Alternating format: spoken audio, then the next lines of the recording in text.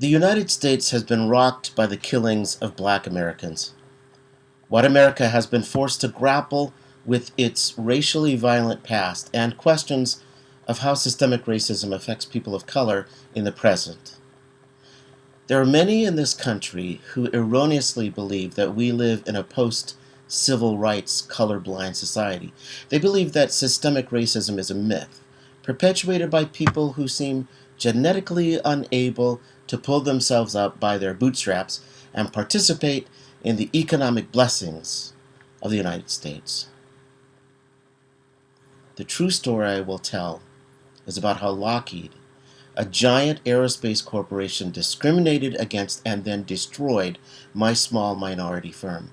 My story reveals an astonishing truth in our country, that people of color are purposefully and systematically victimized by white supremacy, and that the people who perpetuate this brutal system often do not understand how they contribute to it. Although I am thankful that there are some who do understand. In 1990, I was a 33-year young entrepreneur running a successful desktop publishing and multimedia business that was worth $10 million. A Lockheed subsidiary called Lockheed Integrated Solutions Company, LISC, needed my company, called Technology Media Enterprises, TME. They needed our expertise in cutting-edge computer programming and hired us as a subcontractor. TME was instrumental in helping Lockheed obtain a 10-year contract with the Veterans Administration, which earned Lockheed $158 million in just its first year. But over time, I discovered a deliberate pattern of discrimination, theft of TME's programs, and fraud against both TME and the U.S. government through documents secretly delivered to me by Lockheed employees who were disgusted by Lockheed's racist sneers and celebration of their theft of my company's programs. I confronted their senior management for an explanation. I was called into a meeting of senior management, all older and middle-aged white men. When I asked them why they're deliberately screwing my company out of millions of dollars, they said something to me that I'll never forget. Ted Severson, the vice president of LISC, told me they all agreed that $10 million is just too much money for somebody like you. I just about left my body at that moment. He told me I could sue them, but I'd never win, and that their army of lawyers would make my life a living hell. He was right about that. My company died after LISC systematically squeezed us out of the contracts we were instrumental in helping them obtain.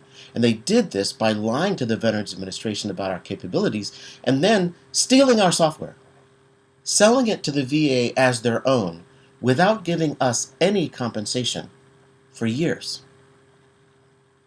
We tried unsuccessfully to find a law firm to represent TME.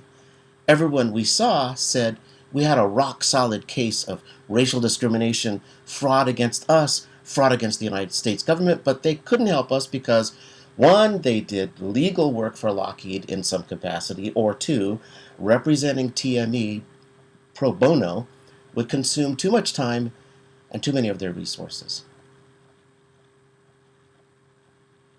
That was 30 years ago.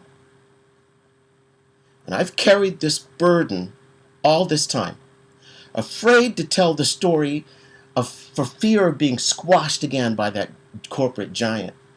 I was embarrassed for having lost hold of such a wonderful opportunity. I was humiliated by the people I thought were friends and allies at LISC. I had to bury the rage I had at that time in order to move on.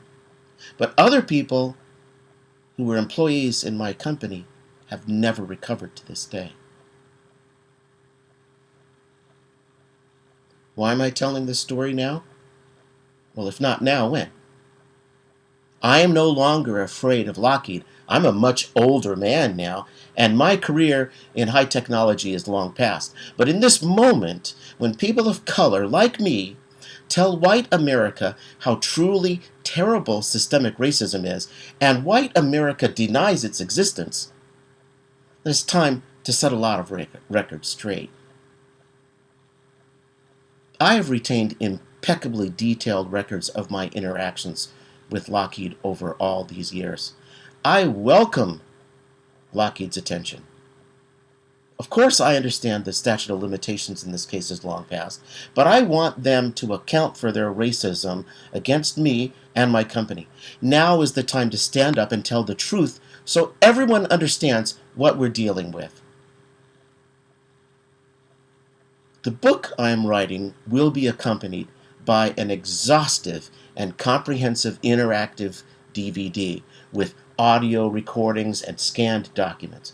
I am also producing a detailed website and video documentary to tell my story because people need to know the truth about Lockheed's way of contributing to systemic racism. I intend to use the majority of the proceeds of my efforts to support causes that educate about and help to dismantle racism in America. Watch for it.